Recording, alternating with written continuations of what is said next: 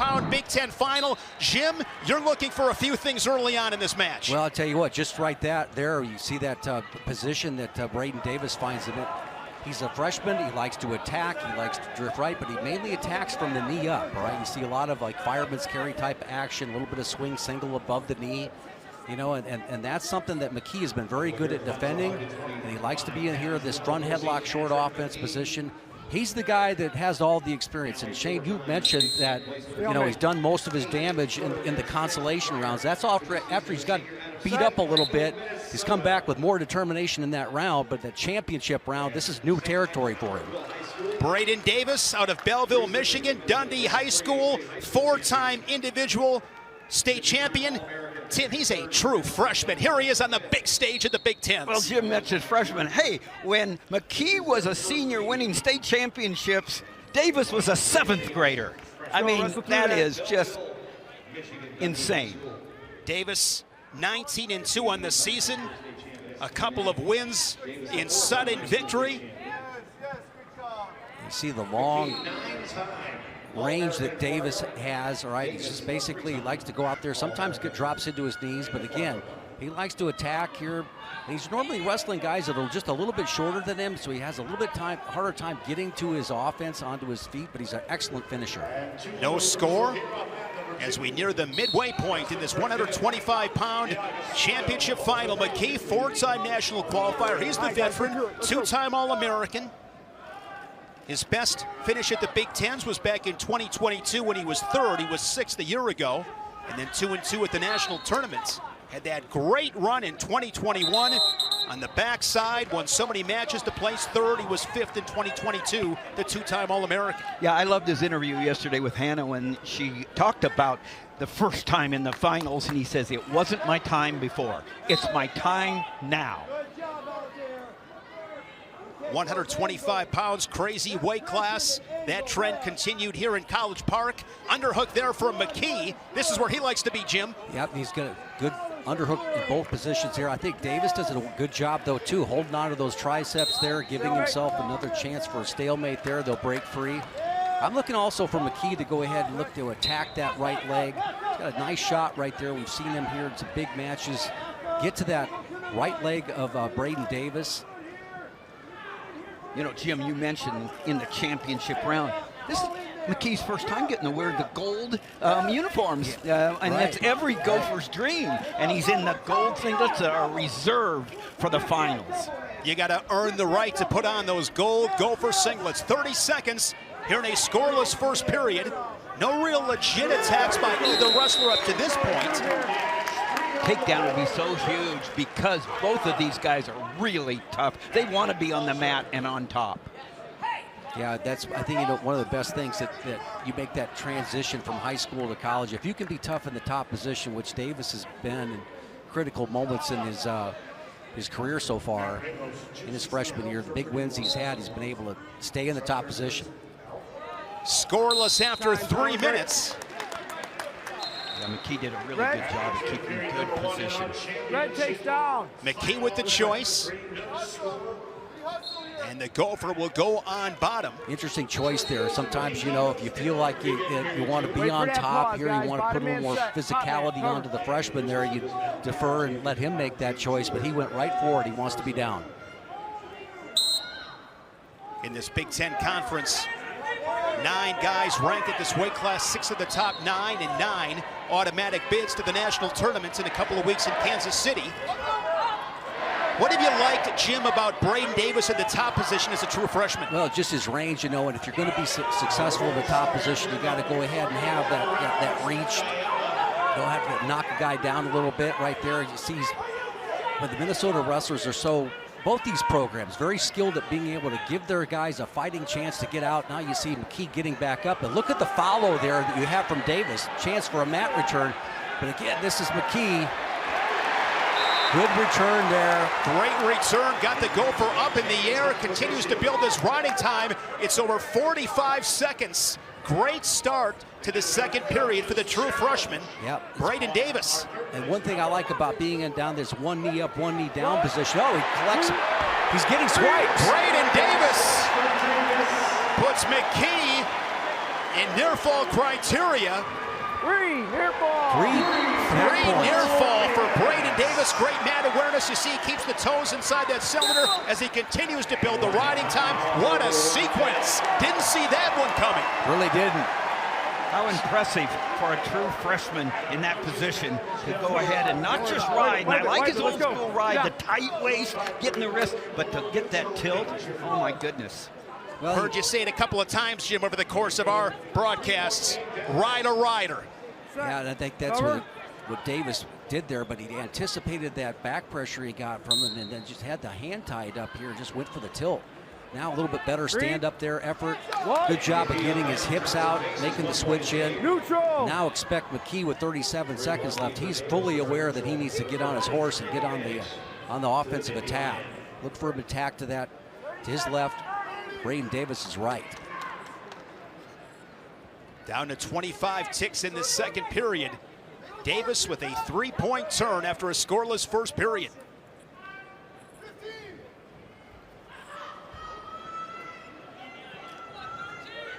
Heavy on the head, McKee late in the second period. Yeah, good job. You know, that little half shot right there actually got snapped down by McKee, but getting back to a neutral position. But look at Braden Davis in this replay here on the back points here. Anticipate the back pressure he gets from McKee. See the little back pressure right there? Oh, okay, you're going to try to go back? Well, I'll take you all the way back to your back. Go ahead and get set. Now Davis will go on bottom. Davis in the quarters and sudden victory, 8-7 over Eric Barnett, the 3 seed. And then in the semis over Michael DiAugustino, the All-American for Michigan, 5-2. In the second sudden victory, both these guys battle-tested. McKee in the semis beat Dean Peterson, and there's an escape. Great work on bottom. He's doing everything right. Yeah, nice little elevator right there. So hit that. Excellent technique. And now he's going to get on his horse, all right? It's been a while since Penn State had a 125-pounder that was even close to the finals since Nico Megaludis, and here he is, a true freshman, answering the call for the Nittany Lions. And he's got the riding time over a minute. Yeah, notice how clinging on those elbows right there, feet out wide. Guy that's used to winning a lot of matches in high school. Heading into this season, Penn State did not have that clear defined 125-pound starter. Davis gets the opportunity, was not ranked, and just continued to elevate himself throughout the season. And here he is on the cusp of a Big Ten title. Well, when Cale Sanderson made him available for an interview before a meet, you knew he had potential. In on the legs is Davis, time ticking away on McKee. Yeah, that's a great situation here for Davis. He just, holding on to that leg. Again, below the knee right now. That's where you want to be here with McKee. McKee looks up, gives the referee, Jamie Georgia Brown, and able to go ahead and get that stalemate call. Yeah, and you're right about this is McKee's time right now. Now that he's got to get something going right now, get this set up, and pull the trigger. He had heroics in the semi against Dean Peterson, the 9 seed. He scored late, sent it a sudden victory, and then won it 6-3. Can he do it again? Time is running out. He's down to a half a minute. Well, he's been in that over and under position with the, snap down and try to whip him over, take it all the way to his back, but he's got to go for the takedown right now. Scramble here for McKee. Davis didn't go all the way with it. Neutral. He was falling right into his lap right there. Big moves here, 10 seconds left. The riding time is locked up for Davis. He's going to win it. He's going to hang out of that single leg, switch off, and put a cherry on top as he plants McKee to the Resolite. Braden Davis of Penn State, the true freshman, your Big Ten champion.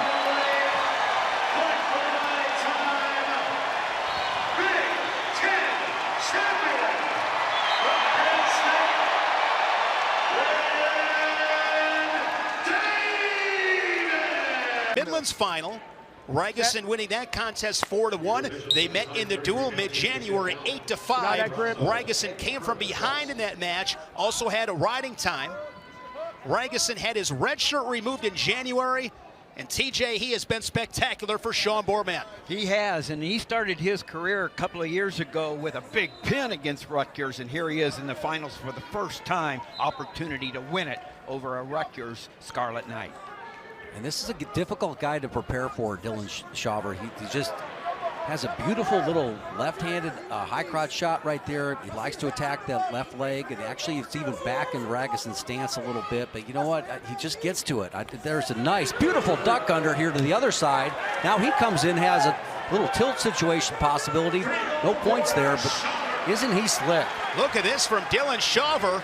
Gets the 3 takedown, has the left leg in. Working on a tilt against Ragusin. The Wolverine now to his feet. Shawver looking for a mat return. Yeah, nice job by Ragusin coming back here off of that. Kind of bounced off the mat, and that was enough to give enough momentum here to work back into it. But what a gorgeous duck under. Jim, you've been in these situations as an athlete and as a coach. The first 30, 45 seconds, what is the most critical thing to establish? Start breathing. I really mean that, okay? You got to get yourself under control. There's nerves out there. Just a run out from the outside to the middle of the mat here. You know, you see your coaches again. They're out there waiting for you. You got to get yourself back in a mental state of mind here to execute technique. Shawver, he's an elite wrestler. He was on the U23 world team for Puerto Rico and Albania earlier in 2023. Dylan Ragusin from Elk Grove Village, Illinois, a 2-time state champion at Montini Catholic. 3-time national qualifier, reached the blood round a couple years back in 2022. You hear the roar of the crowd in the background. 2 other matches taking place. Aaron Nagawa, Penn State, getting a pin for the Nittany Lions on one of the side mats. And here's Shawver once again looking for a second takedown. And able to get to that back leg as Ragusin was able to he's trying to shrug him to the side with a little elbow tie shrug right there, and it was enough to allow Shawver to get back in on that leg on the backside there. Good action here. Boy, these guys go at it.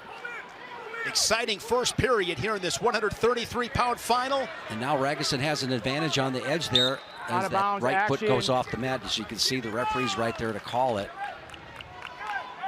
This is Nick Grasso and Kurt Frost, our 2 officials in this match. Shawver had a really good season. Out of Lorain, Ohio, Elyria High School, 3-time place winner before heading to Piscataway. Inside 30 seconds. You leave that leg behind right there, and Shawver's going to get to it. He's pretty effective at basically finishing this position. He's getting a little stretched out. Got to kind of sense he's will take points if they're coming here, but he's not really hunting anything down here at the end of the period with the lead. I believe Shawver has now led in all 3 matchups against Ragusin, but does not have a W to show for it yet. Short time in this first. 3-1 for the Scarlet Knights, and Shawver get that critical first takedown. You know, you go scout a guy, you know he's going to attack one direction here, but he ducks under that side. Look at those shoelaces going flat, basically windshield wipering around to the outside, and easy takedown. Almost getting into a tilt situation for near fall points there. Bottom man set. Really caught Ragusin leaning in that situation. And now with 21 seconds of riding time here with Shawver after the takedown here, I'd expect him to go ahead and try to stay in top position if he can. He's got a really decent mat return, but he gives it up. Gives up the quick escape. Those quick escapes so big. This match is very, very reminiscent of the dual meet they had. And you could, in that situation, the pace of Ragusin picked up. You know, he got over the fact that, you know, he felt those shots, he felt those attempts, and was measuring them pretty well at the end of the match. Do it in the Shawver center. began his career at 125. He was injured last year. A good 1-2 punch with Dean Peterson and Dylan Shawver for Rutgers at 125 and 133. 1-point match, 1:15 remaining, second period. Wrestle through that. Stop, stalemate. You know, 1:11 left in the second period here. You've got to make sure that your attempts, when you have the lead, are just as firm and as solid if it's 0-0. You know, your penetration step coming all the way through, lowering your level. Right there, you see a little more shallow shots there by Shawver. Action. And, you know, he's dropping down and kind of waving at the leg right now as totally committing to the shot. Yeah, but I think next time if they get to the edge again and that same thing happens, that'll be a stall warning on Shawver. Well, it potentially, but he is dropping his level, and he's the one that's getting to the legs. Right there, another shot, but it's a little short. Ragusin was looking for that go behind, now gets back to those double unders. Yep, gets a little closer each time, and like Jim says, he's really measuring. Big throw there from Shawver. He puts Ragusin on his back. Big time toss. He might get a fall here. The tosser tossing the tosser. Yeah, it was a perfect time to go for it. You thought Ragusin was really tense and tight. He locked himself around that upper body, and then he saw the outside of the circle there, and he basically tried to push him off the mat. Great time for a lateral drop. It couldn't have been better time.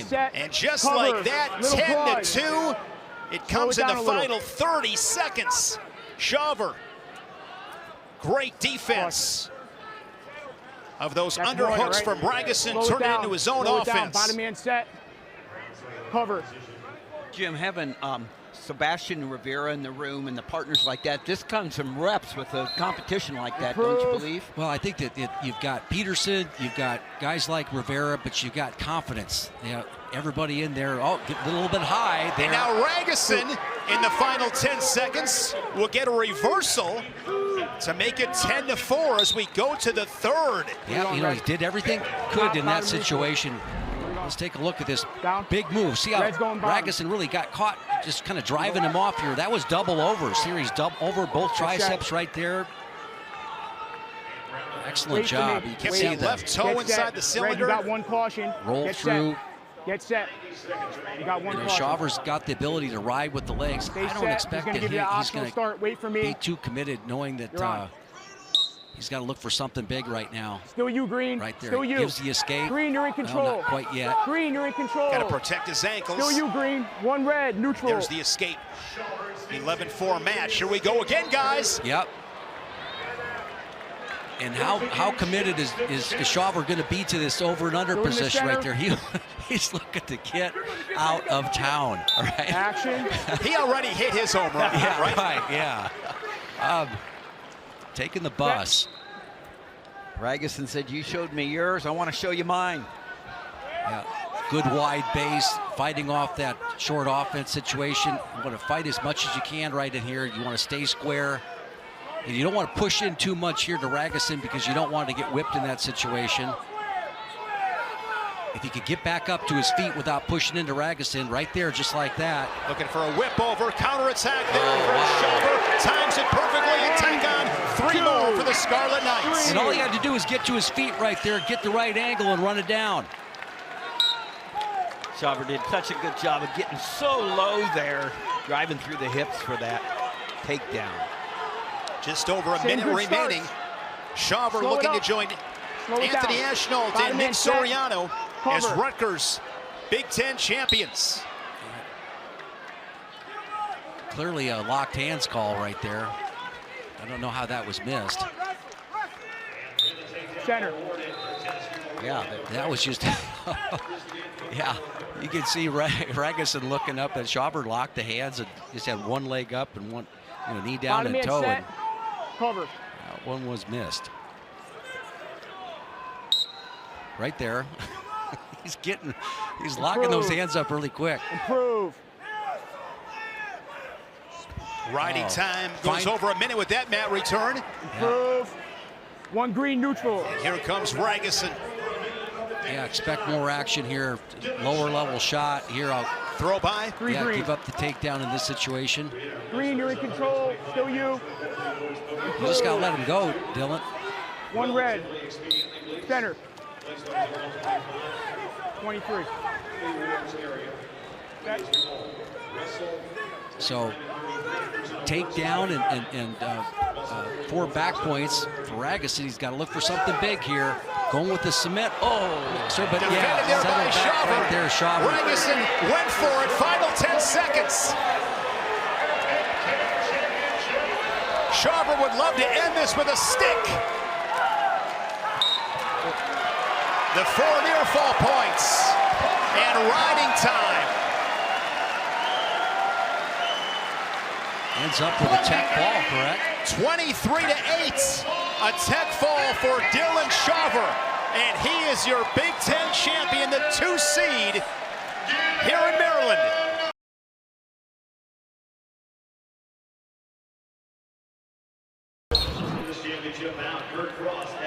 Both these guys so exciting in different ways, as Jim pointed out. That's why the potential for this matchup didn't disappoint in the dual meet, and I'm looking forward to today's rematch.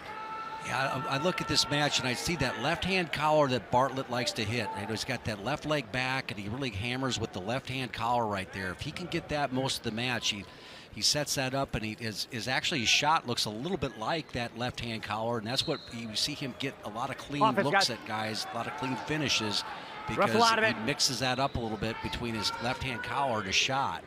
For Mendez, you know, he's just tough in every position.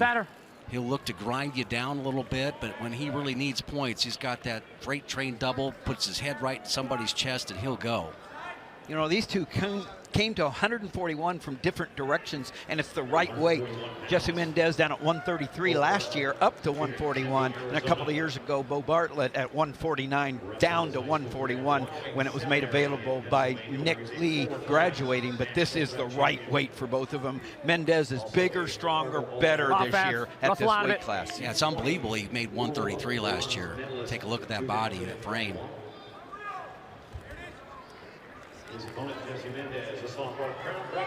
If Bo Bartlett wins this match, it will clinch the Big Ten title for Penn State. Penn State and Michigan, the only 2 teams mathematically alive at the moment. The team scores running across the bottom. You see that left-handed collar tie, always kind of a go-to here for Bartlett. Now you see Mendez working inside there for the first time. Bo Bartlett, as you mentioned, TJ, in his second year at 141, he was 3rd here at the Big Tens last March, 3rd at the national tournament. Mendez 6th last March in Ann Arbor, and 6th as an All-American in Tulsa. Fell to Aaron Nagao of Penn State in that 5th place match. Here's Mendez. Wow. Very well timed. Very good attack, but you see the defense and then athleticism from Bartlett. He just, you know, looked like he was going all the way over to his rear end on that and just popped right back up. That's the acrobat in Bo Bartlett, that he, you know, just so difficult to get off of his feet, because most guys go down on that double leg shot, because he timed it underneath that collar tie. Short time, down to 20 seconds here in this first period. An inside collar tie by Bartlett, keeping Mendez away from digging that right underhook that he would like to get as a control tie. Final 10 seconds. Late shot there from Mendez driving through. Countered with the whizzer from Bartlett on the edge. And it's a scoreless first period. Both these 2 phenomenal preps. Bartlett from Tempe, Arizona. Went to Wyoming Seminary, where he captured 4 national prep championships. Mendez from Crown Point, Indiana, a 4-time Indiana State champion. And the Buckeye will go on bottom to begin this second period. Quickly to his feet. He's fighting hands right there, getting his feet moving. Good mat return there by Bartlett. He understands the concept there. Scoop the legs up, get the hands split here. Another return there from the Nittany Lion. Yeah, but now Mendez is thinking a little bit more about getting a new start. What I liked about the end of that first period there, Mendez was sending a message there, inside 5 seconds, I'm still going, I'm still here all day. Is that, Jim, from a boxing standpoint, the body blows, how does that do the same thing in wrestling? Is that something that Mendez wins on with that kind of shot? Well, he just tells you that you know, that he's willing to go ahead and go full bore on his offense all the way through this match. Bartlett doing a great job in this top position. That is so tough to do. His right bicep right there, staying tough. 35 seconds of riding time. That's good effort there by Mendez, but he did have to work at it. And you know, when you're riding a guy like Bartlett was, you know, and he hasn't got many shots off in this situation. You got a little bit of riding time on him. The guy's weathered himself a little bit here, trying to get out. It's so important to get out under 30 seconds or a minute in this situation. Well, I think the next shot by Mendez, there could be a stalling warning on Bartlett. That possibility there, but you know what I'm saying, I agree with you. It's Bartlett's turn to go right now. You warm out a little bit. What's your go-to shot? What are you going to try to hit with? And the reaction I see here from Mendez, he's looking to tie that collar tie up again right now. See, he's going to the wrist. Goes that underhook now on the right side. Just now like he's got double unders. Yep. Heavy on the head with some hard snaps, Mendez. Yeah, the little battles inside the battle there, right there. Fingers, get out of them. Mendez comes over the top of that collar tie. You get him thinking so much about that collar tie that now the legs become pretty simple, but the legs become vulnerable. Mendez, second period escape, leads at 1-0 late in the second period. Bartlett will go on bottom, most likely to begin third period. Green, your choice. Green down. So, looking back to that dual meet, it didn't seem like Mendez was all that interested in riding in the top position, wanted to get it done on the feet. Now a little bit more effort. They're trying to keep him down, making Bartlett try to work a little bit harder than he's used to. There's a roll from Bartlett. Neutral! And the Nittany Lions ties this matchup at 1 apiece. Well, that's the acrobat in him. That forward roll right there went right into a little elevator where he kicked him off him a little bit. Break. Said it before, you want to see some crazy stuff, go to Bo Bartlett's Instagram. I mean, this guy defies gravity. It is breathtaking, some of the things he can do. Really sense that Bartlett's looking for a shot right now. This match, very much like the dual meets. Each scored an escape, and it went 1-1 to the sudden victory. No stalling calls so far in this match. And even though we got a 1-1 score, I really don't think anybody is. I just think these two guys are so difficult to score on. It's going to take some time. Go, guys, offense. Midway through this third period, final 60 of regulation. For a split second there, Mendez had Bartlett back on his heels, leg straight. Russell out of it. But these guys do such a great job of recovering. Russell out of it, offense. Operating from space now. Footwork and fakes. Fake there from Mendez. Shot here from Bartlett. Oh, ankle. Head the hole for Mendez. Yep, he's got that ankle tied up here. Can't get their cradle now. His switch off to a double here. Great job by Bartlett putting his shoelaces flat and squaring the hips up. Incredible wrestling from both guys. Now a whizzer there attempt there by Bartlett. Down to 15 seconds. Foot sweep attempted with Mendez, and he scores the takedown. Just kept wrestling through the positions from one to the next to the next. Jesse Mendez in the final 10 seconds. Slow start, guys. Here we go. Leading at 4-1. Incredible sequence. 1, 2. Goes to the ankle, and it's all but over with there. What an impressive takedown. And Jesse Mendez from Ohio State defeats Bo Bartlett. He hands the Nittany Lions. Yeah, both these guys, you could just give them the nickname gunslingers. Because they both, if they feel it, they're going to launch you. Austin Gomez winning that Big Ten title a couple years ago for Wisconsin, then went to the national tournament in Detroit, finished 4th on the podium as an All-American. Of course, began at Iowa State, then went to Wisconsin, now here in Ann Arbor, 7th year out of Carroll Stream, Illinois. Glenbard North won 3 state titles at Illinois. Already half minute into the match here. 3 decent attempts here by both guys. Gomez digging that underhook as he drops down to his knees. They collects the far ankle right there. It's wonderful work right there. Gets elbow deep around. It's got the outside palm down. Right, we'll see how he tries to finish this. He comes back down and tries to cross. Goes with the leg and the trip there. And great defense so far here by Lovett. The sweep doesn't work for Gomez. Rich Lovett is so tough to score on. Wow. Gets out of that one and keeps it 0-0. That was reminiscent of the Bo Bartlett match he had a couple of years ago from the standpoint of how did he get out of that? No question about it. He controlled that wrist, and really the surprise there was Gomez let go of the position because I think he was getting the worst of it. Yeah, that Gomez had that position. He's usually very good at that, and so Ridge coming out of that really was impressive. Yeah, you know, these big matches like this, if you just stay tough and just stay patient, you know, sometimes you wear the other guy out here a little bit on maybe what his effort is, but expect Gomez to come back and fire at that thing one more time. That was just too easy to get into. Scoreless, 1:20 remaining here in this first period. And such a big week and a half here for Austin Gomez. Gomez, another leg attack, switches off to a double, and this time he's going to finish and get the three. He does such a good job going in low, climbing up, getting over the hips. Great takedown by Gomez. Yep, he went back to it. Didn't use the underhook this time, but went right back to it. Got a little more confident in his finish. As you mentioned, Tim, came across and got to the double here, and when you get to the double, get the man off his feet. And as to your point, right when you think that took a lot out of Gomez in that first effort, he was back on it.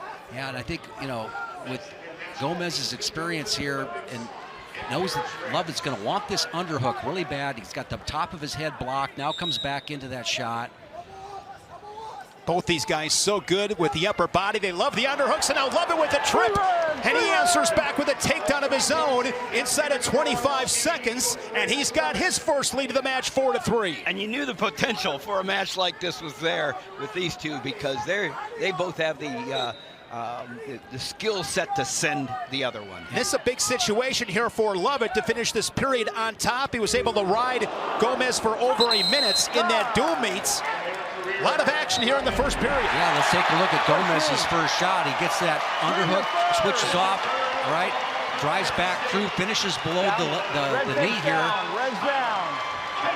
And Ridge Lovett really digging that underhook there and jacking up the underhook on the right side, looking for the trip on the left side here. Just pretty much bull rushed him in that situation. But the key thing you mentioned, Shane, was the ride out that at the end. That's the difference in the match. Well, right here, there's a strategy there. It looked really early like Gomez didn't want to have anything to do with mat wrestling. Different for Ridge when he took him down. I think he was going to be dedicated to the top. But right here, Gomez says, hey, go, get up. We're going to go on our feet. He gives him that escape point, so Lovett now 5 unanswered, leading the Wolverine 5-3. Well, Austin Gomez is a very confident young man. He knows that, you know, hey, I can go ahead. I'm good on my feet. I'm going to go get that one extra, maybe 2 extra takedowns to make the difference, and I might be able to take you to your back. So that's a really good point. His confidence level is supreme. He says, even if it doesn't go my way, I have the kind of offense that can make it up if I get behind, and he is behind right now.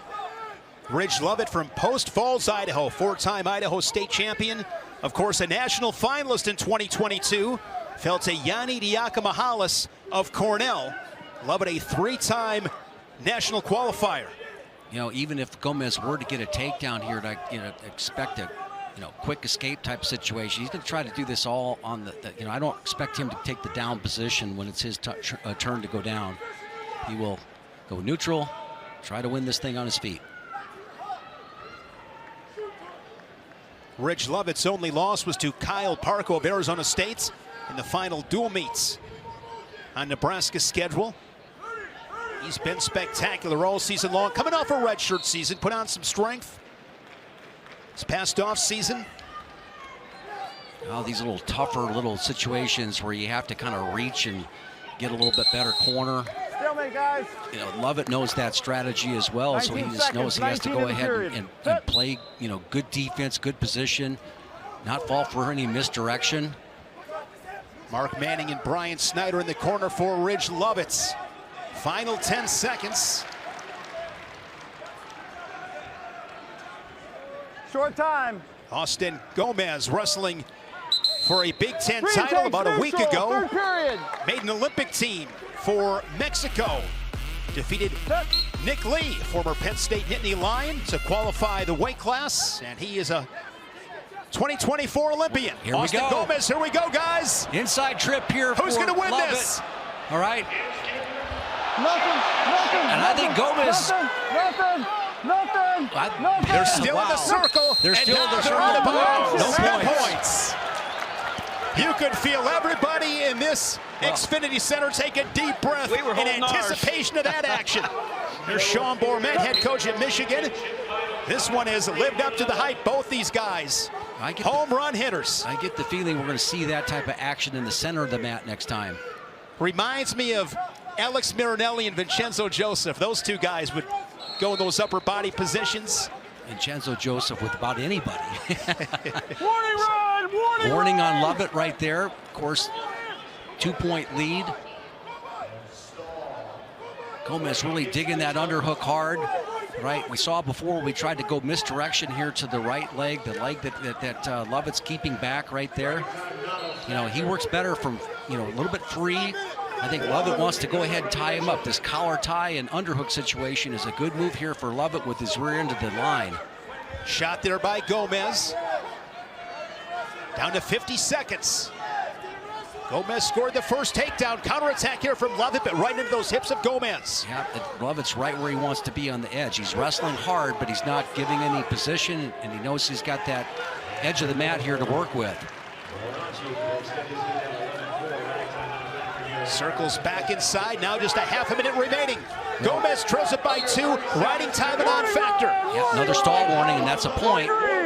So it's a 1-point match, but we're down to 20 seconds. Look for Austin Gomez to bull rush him here. Gets to a leg. Switches off to a double leg. Gomez driving through. You know, he's got to be careful here not to go off the mat here with that.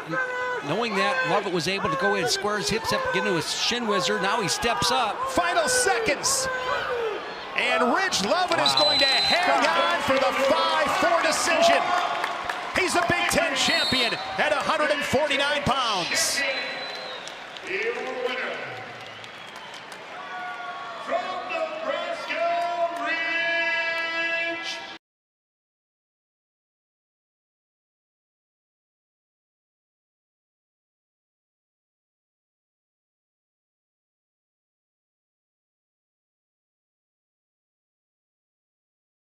States, your 2024 Big Ten Tournament champions, the 8th in program history, all of those under head coach Cale Sanderson. Levi Haynes, national finalist a year ago in Tulsa.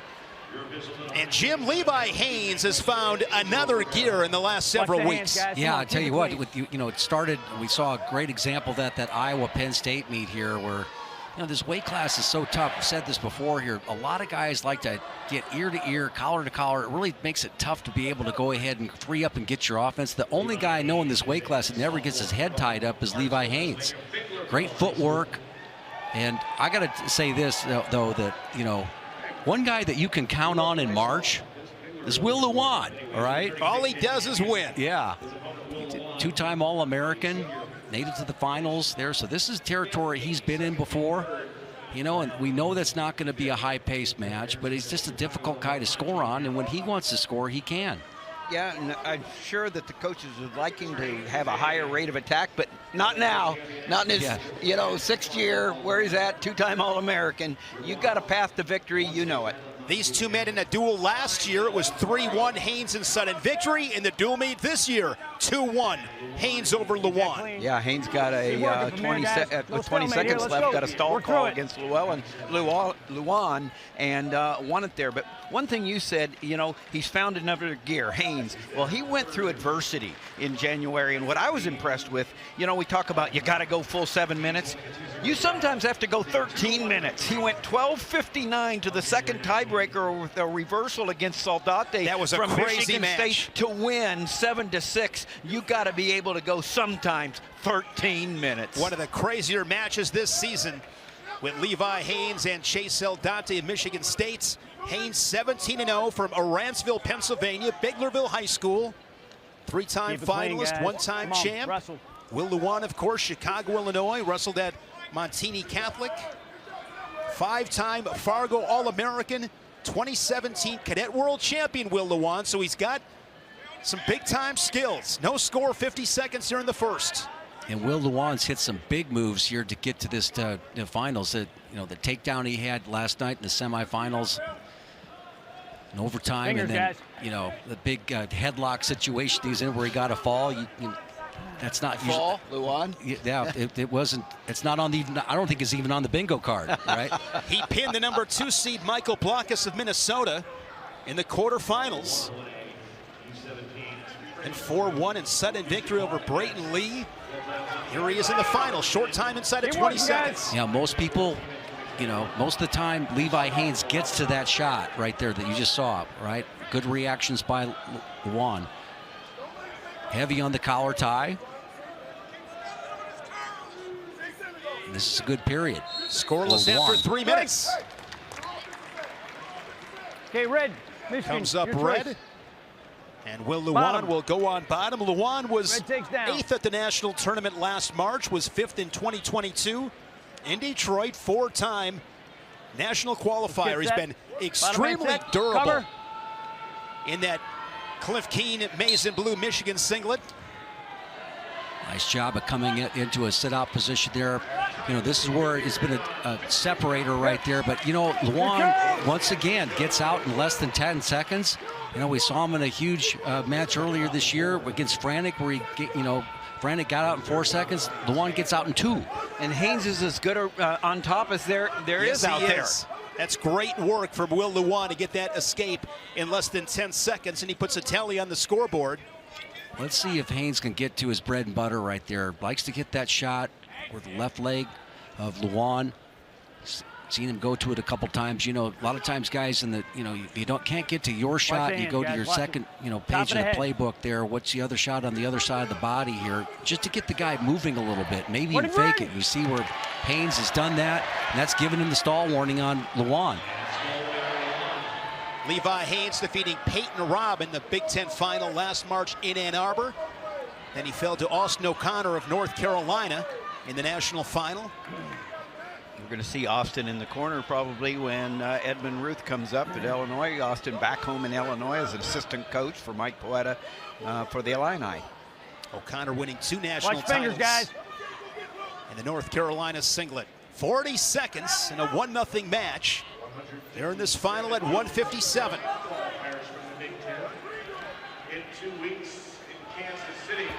Look at the footwork here by Levi Haines. Down blocking, but also just feet move perfectly. Not too far back, just ready to re-attack. He's got the control tie right there. Comes both hands on top of the collar. Right there. To the middle, guys, to the middle. Short time here in the second period. Haynes looking to join his teammate Brayden Davis, who captured the title at 125 earlier today. Single leg, but time will run out. We go into the third. Penn State, your choice. Bottom.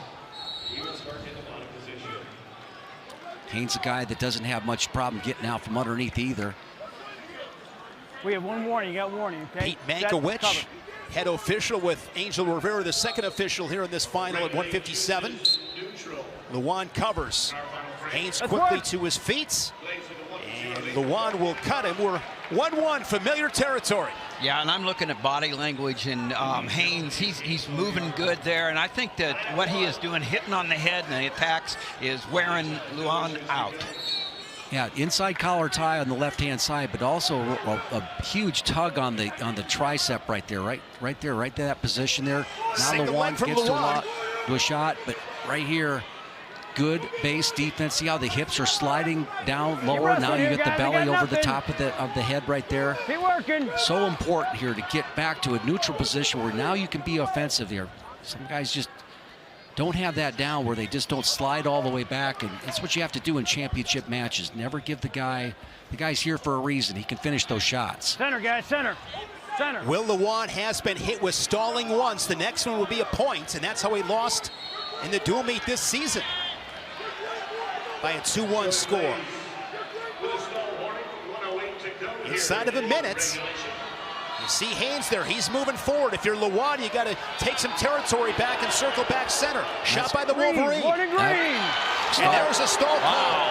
Believe they hit Haynes on that stall call. Now they each have one. I thought Luan got saved by the shot. Luan goes for a throw on the edge. Well, you can get focused on that, but you know what? That didn't hurt anybody. No. It certainly didn't hurt, really, if you're in Haynes' situation, you want the referee calling those stall warnings. And won't take a little bit less next time to get yours. Half a minute, guys, here in regulation. 1-1 with Haynes and Lewan. And Haynes looking for a second Big Ten title. Shots countered by Haynes, front headlock position. Wait for him to go ahead, misdirect, try to get to that back hamstring right there, get to the ankle. Less than 10 seconds, you won't see much of a call there, but center, guys, the visual. Haynes will end this match, and he nearly scored the winning takedown.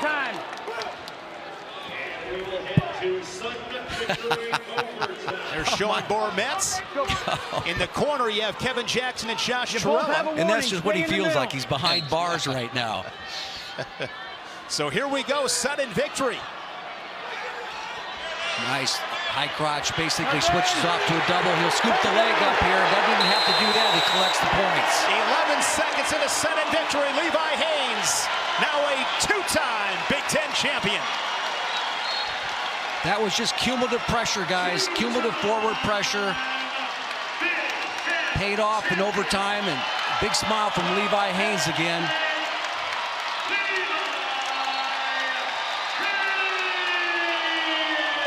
Now 18-0 on the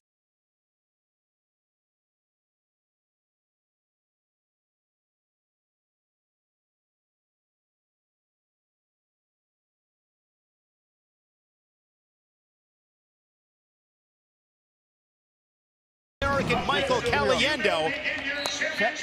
Bonus points machines. Hamady, 26 wins, 23 bonus points. Messenbrink, 21 wins, 16 bonus points. The scoreboards, take a deep breath, guys, and here we go. Yeah, and already 10 seconds in, Messenbrink has taken his first shot. And Hamady was able to go ahead and stuff him a little bit. You know, Hamady provides a problem here for Messenbrink from the standpoint of, okay, you attack him below the knee, that'd be okay, but you know what? He's does a great job. If he gets out of position, Messenbrink here, he can get back to a neutral position. The referee, Angel Rivera, helps him out there with a quick stalemate. But, you know, you'd say mat wrestling, maybe get of an edge here, of course, here to Hamady in the top position. He pins a lot of guys, has a lot of cradles. You see that great range he has on his body. He looks more like an 80. If you put a little bit of, clothes on him, he look like an 84-pounder. Hamady, the reigning Big Ten champion, the two-time All-American, and look at that slickness from Dean Hamady. That's just the reach. You know, that's hard to replicate. Both of these guys have a problem in that they don't have really anybody that, you know, has that length, you know, that to work with here for Messenbrink, you know, because Hamady's long, and I don't think anybody in the Wisconsin wrestling room puts up Mitchell Messenbrink's pace. Well, I'll tell you, I've not ever seen Hamady get tired. And Hamady came on the scene 2 years ago as a freshman, and it's reminiscent, I mean, because Messenbrink has shown up big time this year in his freshman campaign. But you're right, Jim. I mean, that pace, I think, by both of them have been off the charts. No control, gentlemen, no control. See Messenbrink there cut the corner, trying to get the corner cut here. A lot of guys lose this position to Hamady because they allowed the left shoulder to get, you know, outside of the knee. Right now, you see Messenbrink really driving that shoulder underneath the kneecap, and once again we have another stalemate call, quick stalemate. Messenbrink from Heartland, Wisconsin, three-time state champion. Hamady, a three-time Illinois state champion from Joliet, Illinois, Joliet Catholic Academy. Couldn't get a fourth state title as COVID canceled the tournaments. Sorry, Shane, I just saw that range of that shot. He just seemed like he was so far away, but able to go ahead with his long reach, get to it. And now Messenbrink looking for his first takedown. Great defense there from Hamady with the whizzer. Yeah, really working that hard here. Elevating at the same time he's hitting that whizzer with that left arm, hipping into the man. Now Messenbrink doing a good job here. Notice how he switched off from on the back and went around the leg. Switches off to a double leg, head to the outside. That was all set up here by his ability to basically go around the leg. Now Hamady has an ankle lock right there. This is where a guy like him with his range is able to go ahead and get a cradle locked up. But now stepping over a whizzer, going the other direction with a misdirection, head up by Messenbrink. Hamady collects the points again. Inside of 15 seconds, the second takedown for Dean Hamady, and the Badger leads it 6-1. What a scramble and score for Hamady. So impressive all the way from that first post-ankle pick, which I hadn't seen much from Hamady this year. And then, again, your point, Jim. What do you want, my man? Yeah, Tim, look at the sequence here where he's able to grab the far ankle, and I think that's a size and range that you can't really duplicate again. And so far, Hamady's been up to the pace. And Messenbrick hasn't met somebody like Hamady yet this year. I mean, there's not often that Hamady's been in on the shots that he has and not gotten them. Sinks in a claw ride off the whistle, does Hamady. Thigh pry as well, sneaks in a leg. And Messenbrick will get the escape. It's a 4-point match. Long way to go in this final here at 165, two of the best in the country. 4 versus 5 nationally. Center. And I don't think that Hamady can be the, I love what he's doing right there. Drifting right, you know, he's getting pushed to the edge right there, but he's drifting right, and we've seen here before, he can't stand in front of Messenbrick like this because you're always going to have him up on your legs, but now the feet are out wide, the laces are, he grabs that far ankle again and scores again. So beautiful defense. And now it's into his body of water here, so to speak, with that cross-face cradle. Hamady's been able to score off of Messenbrick's attacks. Yes. And he starts out, like I said, with his own offense, so he has really executed offensively, proactively, and with his defense being a great offense. And now he's going to take riding time over a minute. And it's really tough to get the pace of the match where you want it when you are all tied up with your wrist. And that's why I was a little surprised that Hamady kind of let him go pretty easily. Went for kind of a spladle attempt right there from the top position. This is much more traditional claw ride. Let's see if the freshman can get out. Hamady, the Midlands champion, didn't give up a single point at the Midlands. He was the Dan Gable Outstanding Wrestler as Messenbrick skips away 9-3. Riding time nearing a minute and a half for Hamady. And look at the breathing with Messenbrick. I'm not sure he's been here. This is deep waters for Messenbrick as far as his conditioning right here, because he was winded at the end of the first period. Hamady with 3 takedowns. Yeah, immediately cutting the corner there is Hamady here. He gets that far ankle. This would be huge in the final seconds, and he gets the score with 1 second left, and Messenbrick is right back into this match. Just showed me a lot. Executing when he's tired. He's tired, but he executed so well there. Nice drop right there. He's cracking down right there, and Hamady was already reaching up over the top, and, you know, he kind of forewent his baseline defense first. And there you see his mom and dad, and John and Bernadette. Messenbrick, Hamady, quick escape, and he's right back into the legs. Still green. I don't think he's got the no escape yet. You're right, Jim. Yeah. He was looking for the reversal, still working on it, and now he's got that reversal. 2 more for the Badger. You know, and if I'm him, I just kind of stay in this top position, really knock him off of his base. We've seen where Messenbrick has had a hard time with that. Good action here by Messenbrick. He's got Hamady back on his hips here, and he goes for the escape. Hamady with the shot this time. Now it puts Messenbrick in a position where he can go ahead and double leg and shoot through.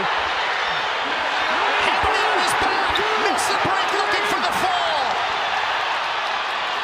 And that's going to be near fall points for Messenbrick. I believe that was the first opportunity in this match where Messenbrick has had an opportunity to counter on Hamady.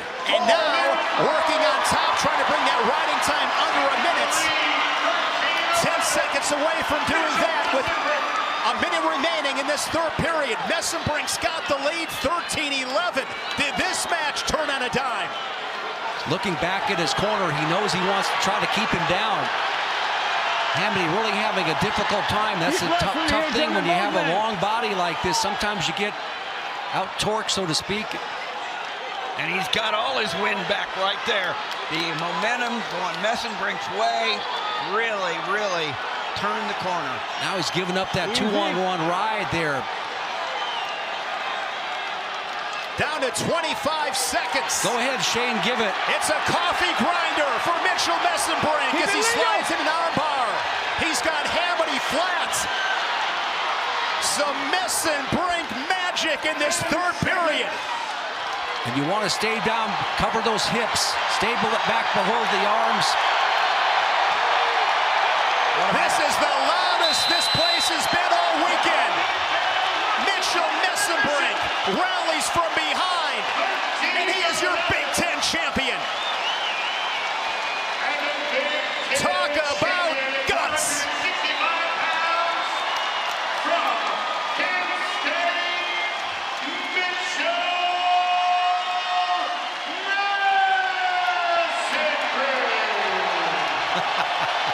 Oh, you love it. Raising the roof.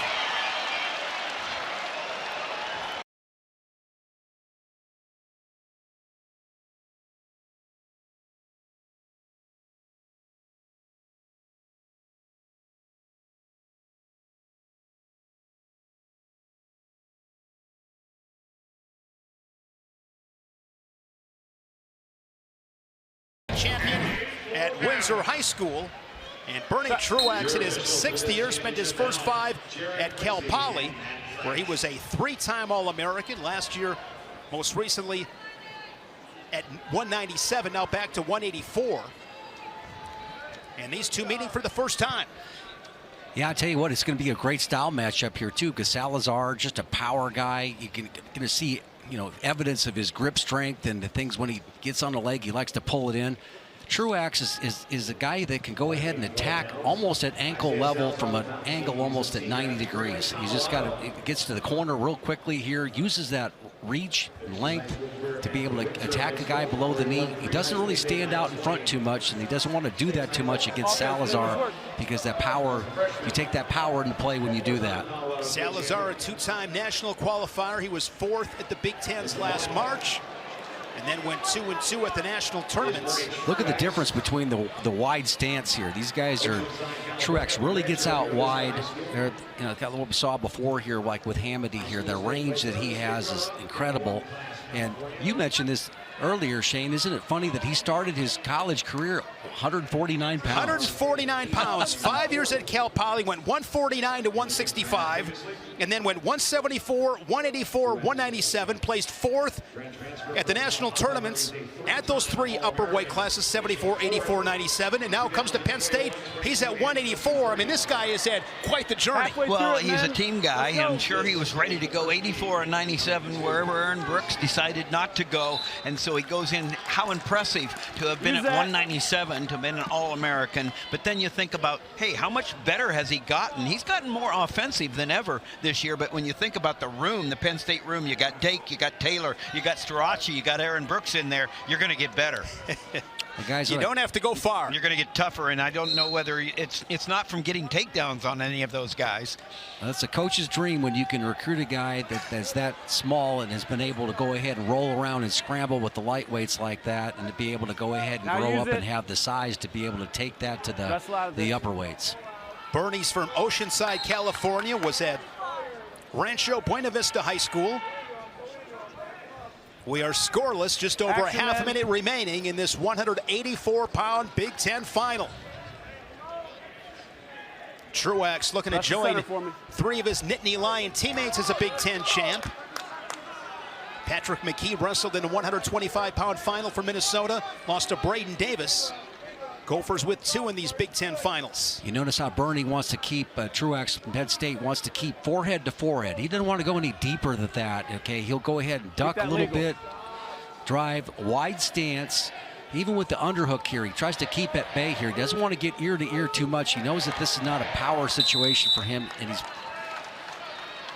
keeping his distance. And you mentioned how powerful,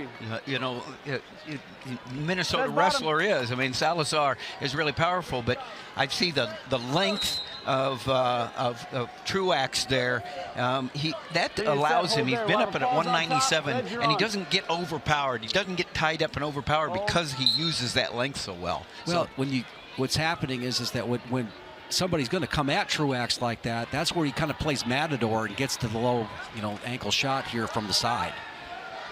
Truax to his feet, looking for a return, brings him back down to the Resolite. Yep, nice head lever right there by Salazar. Here, see how he's got the wrist tied up right there. Using the head as a fulcrum here. The wrist is a lever here.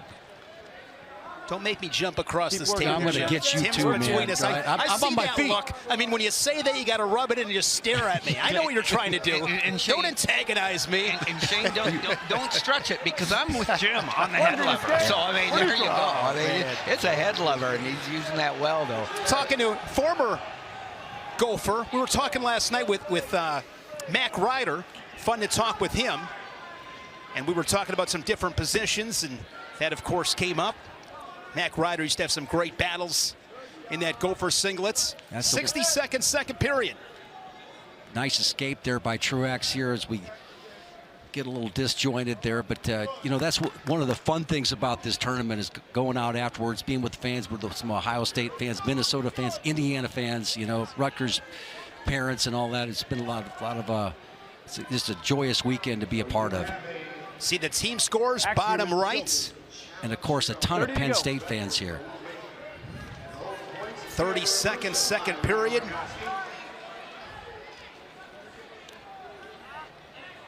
Got to make the shout out to Luna Steakhouse. They took care of us a couple of nights ago. Jim talking about going out and meeting some wrestling fans. Yes. Here is Isaiah Salazar. This would be huge with 15 seconds on a single leg. Yeah, but see how Truex has that wrist tied up there. He took the inside wrist. He's got that wrist tied up over the top. I'm gonna Don't expect any scoring in this situation. Stays 1-0. Third period. Maryland's been a great host. Really has enjoyed coming to this part of the country, and you know, a lot of wrestling fans, as we'll see next match, you know, one of their own really making a splash here with the Nittany Lions here. Opportunity to become a 4-time Big Ten champion. Salazar quick into his feet off the whistle and skips away for the escape. We're 1-1. Yeah, great food out here in Maryland, no doubt about it. Yeah, that was a highlight, going out to Sam and Max Lunas' steakhouse.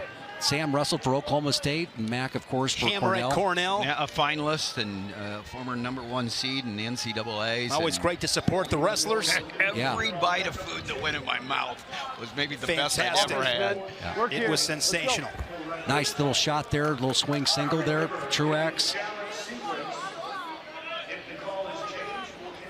Penn State, its 8th Big Ten championship under head coach Cale Sanderson. Ahead of Michigan, Nebraska, and Iowa, and Rutgers. What a performance. 5th place for the Scarlet Knights. Good little scramble here with 60 to go in the third. Good activity by both guys. You can see that Salazar wants to drive right through you, and Truex wants to play a little matador game right there and get to your low single. Under a minute, man. Let's go. Sharon Quincy, lead official in this final. Matt Zeitz, the outside official.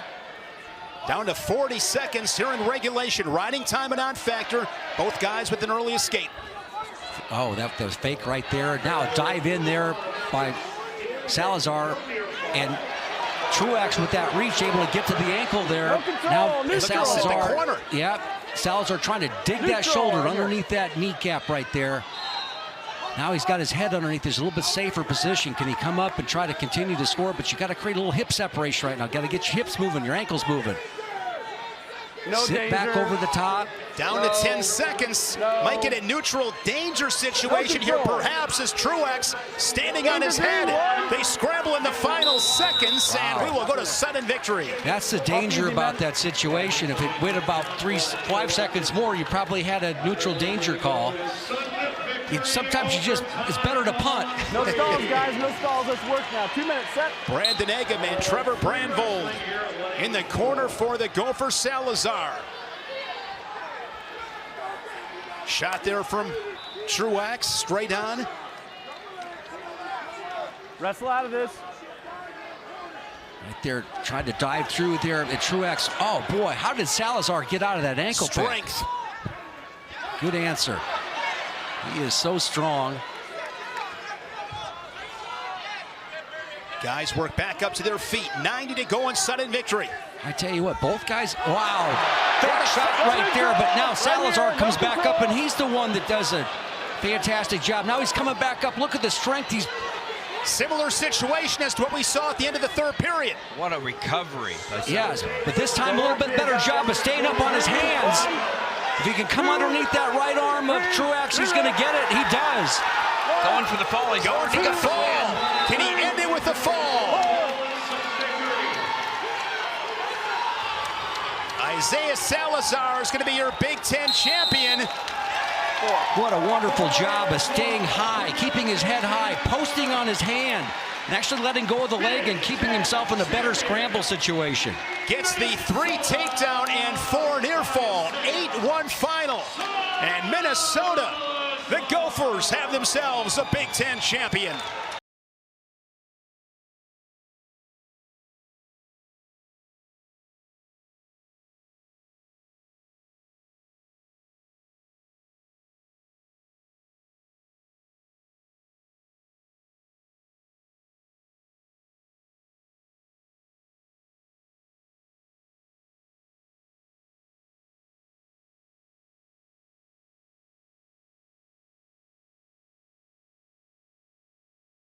For Zach Glazier, 24-1. His only loss was in the duel meet to Aaron Brooks. And Glazier is the only guy this season that Brooks has failed the major. That was a 5-1 duel inside Carver Hawkeye Arena. And Glazier, you know, in that match, you know, the team was really on hard times there. For, you know, Penn State was dominating Iowa in that situation, but Glazier, a guy who hadn't really had much varsity experience at this point, wrestling behind Jacob Warner, actually went out there and I felt tried to win the match and stayed equal on his feet for most of the match, and then, you know, tried to go ahead and get a takedown. And not many people have really kind of gone out there with that thought process against Aaron Brooks this year. I think he just has the thought process that's correct, that anything can happen, and he's out there to win it. You know, you got to be in it to win it. Yeah, but here's a different guy right now. And he's laid his hands on you one time. The adjustments have been made. I love the way Aaron Brooks just puts himself in wrestling position and says, I'm going to figure it out. I know I'm better than anybody when we get into a wrestling position, and I'll just figure it out. He's free, and he's not defined by wrestling. It's just what he loves to do. Yeah, I see what he's doing this time. You know, so much what we've seen here from Aaron Brooks this season is love to punch that left-handed underhook. But now he's going over to the right-hand side of the body here, looking for single legs here. There's the second beautiful finish right there. 6-1, 90 seconds into this first period. What do we always say at the end of the year, Shane? Talent shows up. And he's got boatloads of it. U23 world champion, won a cadet world title, junior world silver medalist. Olympic hopeful Aaron Brooks, of course, standing in his way is 100-pound best wrestler in the world, the Magic Man, David Taylor. But you really make a good point there. This is a step to the NCAAs. The NCAAs isn't the destination. And that's a step that he takes into the Olympic trials in the middle of April at his home at Bryce Jordan Center. And he's focusing on that, and he continues to focus on the target of what's next on the world stage. So step by step for Aaron Brooks. We've seen how slick he is on his feet, which he is, but he is just a beast in his top position. Well, he's everything he needs to be when he needs to be it. Great point, Jim. Well said. So true. I might steal that from you, Jim. I like that. I stole it from Dwayne Goldman on the duel. He was referring to Dan Gable.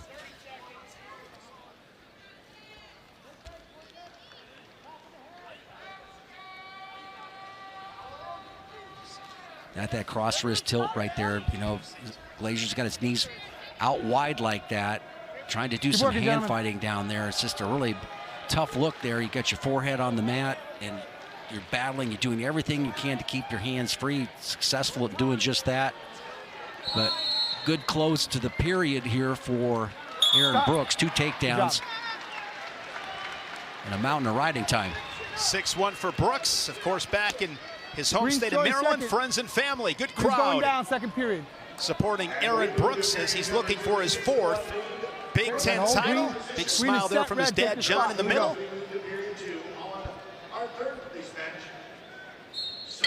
Brooks starting second period on bottom. Glazier has made the most of his opportunities in his 5th year. He's from Albert Lee, Minnesota. Won a couple of Minnesota State titles. He has been behind 5-time All-American Jacob Warner. And here he is, 24-1, wrestling for a Big Ten title. Talk about a guy that has just stuck to it, Zach Glazier. Certainly has. He's had a good tournament there. He just lost an overtime match, I believe, in the semifinals. I can't recall what the score was, but a tight match.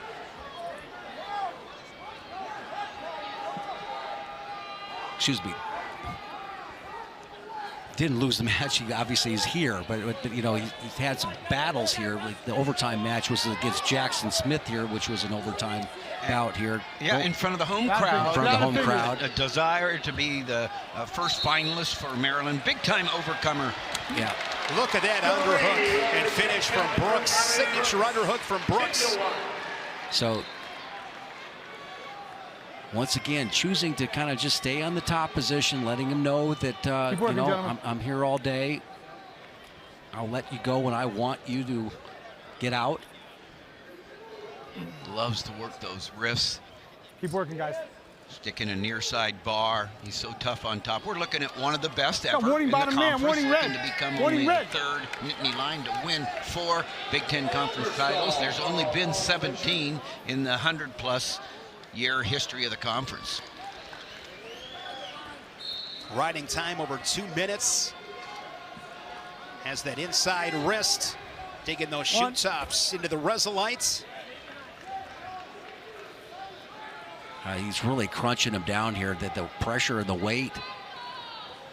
Aaron Brooks will finish the period on top. 10-1 lead to the 3rd, looking to join a couple of all-time greats at Penn State. Ed Ruth, a 4-time Big Ten champion. And the aforementioned Magic Man, David Taylor, a 4-time Big Ten champion. Those two combining for 5 national titles, Ruth and Taylor. Taylor have to share the Magic name with Messenbrink now, huh? I mean, there's a little bit more magic in State College, I would say that. Yeah, beautiful counter there by Brooks. Nice little forward trip with the pinch. You mentioned those two guys, Taylor and Ruth. Could you find 2 better guys to help you turn around a program?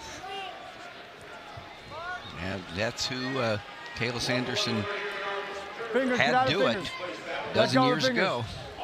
Let him go. Penn State, as I mentioned, they have won 10 of the last 12 NCAA championships. Big Ten will look to make it 17 straights in Kansas City. Wow. Oh, great ankle pick from Aaron Brooks. He oohs and ahs this crowd. I felt like my ankle got picked right there. He oohs and ahs this booth. Just really, you know, I tried to move my left foot back there and it got stuck. He's thinking tech fall all the way with 55 seconds. Oh. Goes back to that underhook and a trip. 3 more. And Aaron Brooks, 4-time Big Ten champion.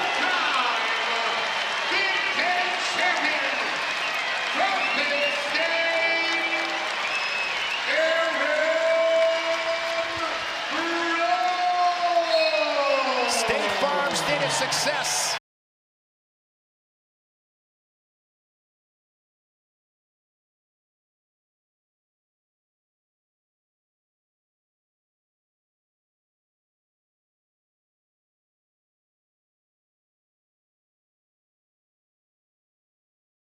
Here for the heavyweight title of the Big Tens. I guess, Shane, if there's anyone that can take Fan Man from Mariano Rivera, I'll give it to Kirkley. Guys, I was impressed with Nick Feldman in that semifinal match here. Luke Stavison, you know, was that big, huge emotional win, you know, as a freshman going against him, and now you've got a takedown there for against Kirkley. Might that be the first of the year? I believe it is the first time. This guy, you know, Kirkley's got to go ahead and answer and wrestle now. This is not going to be a coronation. But the work he did in the semifinals there to back up a win against an All-American like Davison, you know, the dual meet's one thing at the Covelli Center, but this was another effort here in the Big Ten semis. These two Mets in the dual meet this season, early February, was 12-0 Kirkleets, the major decision. Kerfleet 14-0, 11 bonus point victories. Feldman, this guy can score. 24 victories, 12 tech falls at heavyweight for this young Buckeye. And I've talked about it before, but just the fact that he's on the mat, he's coming back from a major neck injury, a major surgery, had him off the mat for, you know, over a year and didn't get to develop his true freshman year at Ohio State because of that. And the fact that he is here is a testament to his not only work ethic, but just, you know, the doctors and everybody that did such a great job. Right there, little waving single leg attempt here. Got to try to cover the fingers here and get out. He makes the turn. Kerfleet dives back in on a double leg, drives right through. That was powerful. That play shook the Xfinity Center. Kerfleet's 4 unanswered. He's got his first lead 4-3, and this is where he is almost impossible to escape from. He is a mountain on top. Well, you know, you got to respect the freshman going out there and hitting his, you know, hit the little swing single there, it's trying to go ahead and add to his lead. This is just not the same level. Wrestling a big dude like this, and you know, at 12-0, a previous match, that tells you that there was a ton of riding time and tilts. So. Greg Kerfleet, 3-time All-American. He was 7th in 2021. Then he was 4th the following year. And then last year, Big Ten runner-up to Mason Paris. Fell to that Wolverine in the national final as well. Kerfleet at the Big Tens has gone 4th, 3rd, and 2nd. Can he make that final step this afternoon here in College Park and get that Big Ten title? He's in good shape with riding time over a minute, leading 4-3, short time, 20 ticks in the first. Feldman head down. Tough place to be for Ohio State's Nick Feldman. Well, just red, green. Stall call on Kerfleet. Both guys got to work for points in those positions. Both guys keep working. I mean, Feldman's just not going to get many feels like this in high school. You know. Put 4 guys on you. Yeah, that's the right. feel. Yeah, in 10 sacks of sand. Kerfleet finishes the period on top. Break. Both guys with a takedown in the opening frame. Well, let's look at the first one. That was really impressive little effort right there. Just sprawling, getting to a corner here, dropping back below the knees there, collects the points there. I like to call that calf roping there. And here's the effort here. I thought that Feldman was all the way out here, and then that drive in. There's Greg Kerfleet, father of the Nittany Lion heavyweight, who quickly escapes in the second period and adds to his lead 5-3. Kerfleet wrestled for Minnesota All-American Will Short at Simley High School. Feldman from Quarryville, Pennsylvania. Melbourne Prep is where he wrestled. Prep national champ. Quick little elbow pass right there. Trying to get the far leg. Kerfleet, good reactions by both guys. These are quick wrestlers here. Straight on shot right there. Notice how he's jumping to the hamstring right there. Does a great job of covering. And you know, when you're in that situation, you want to try to run him down and put more pressure on his hips, and you can run faster behind him than he can going forward here with that much weight on it. Great execution from Greg Kerfleet.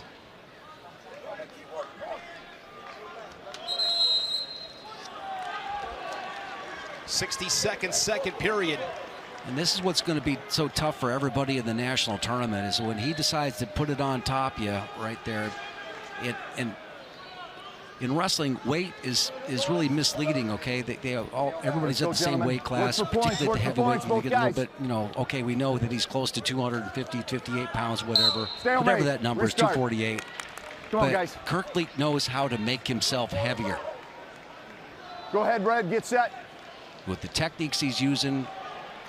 And the long arms he has, it's and the laces up, you know, the shoelaces up here, we can really drive on you. So much in the top position is moving your feet. He's in his 5th year. He does have another year available if he so chooses. Yeah, I'd love to see him back for another year. Yeah, that 21 and 22 were his 2 freshman years, the COVID wrestler, and you're right. Back in a Nittany Lion singlet next year. Feldman down on his belly. See that pressure from Kirkleet? We're good. We're good. So strong and powerful. Has that wrist. Riding time approaching 3 minutes as the second period comes to a close. Red, your choice. I talk about being able to do look at this action right here. Feldman comes out. Neutral. Watch Kirkleet leave his feet, right? His feet are off. Very little weight on his knees. All the weight is on top of him, and Dad likes that. Starting neutral to begin this 3rd period. No surprise, Feldman. He's not going underneath Kirkleet again. Not by choice anyways. See the team scores. Ohio State has taken over 5th place. Break that grip.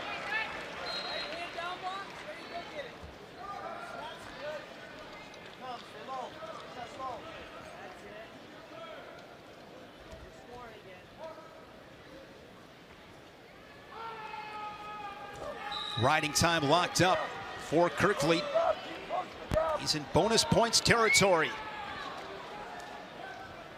Yeah, he's doing a good job of reading Feldman. He knows that he's got to come on offense right now. He's ready to react to that. Circles back in. Now, if you're the young buck here, you just got to you got to go, right? You just, what's that old line? If you're any kind of man and the guy's standing up and giving you his leg, you got to shoot. And you said young. And you are full of them tonight, Jim. I'm full of it. Everybody knows that. You mentioned young buck. It. It's appropriate because we saw Jesse Mendez earlier win, and of course Feldman, number 1, number 2 ranked wrestlers in the 2022 number 1 recruiting class for Tom Ryan. 6 of those 7 that came out, the big 7, were in the lineup this year. 1, Mendez being a sophomore, the others all redshirt freshmen. Youngest team in the Big Ten, Ohio State Buckeyes. They are the Young Bucks. A lot of young talents in Columbus.